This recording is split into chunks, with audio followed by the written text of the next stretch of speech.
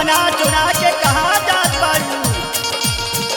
हम कहीं जाई तुहरा से कौन मतलब? ई जमाना बड़ा खराब बा, तनी संभल के चला संभल के। हम ऐसा ही चलब मचल के, देखल बने त देखा ना त नैन मुदला। अच्छा ई बात बा, त सुना सुनावा।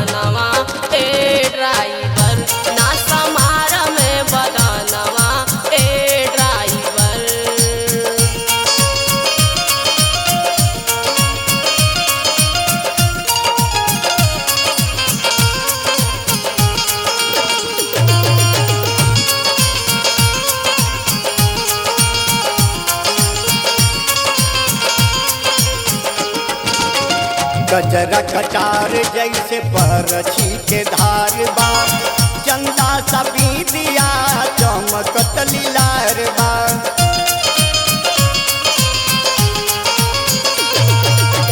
गजरा कटार जैसे परछी के धार बा, चंदा सा चमकत बीदिया लीलार बा।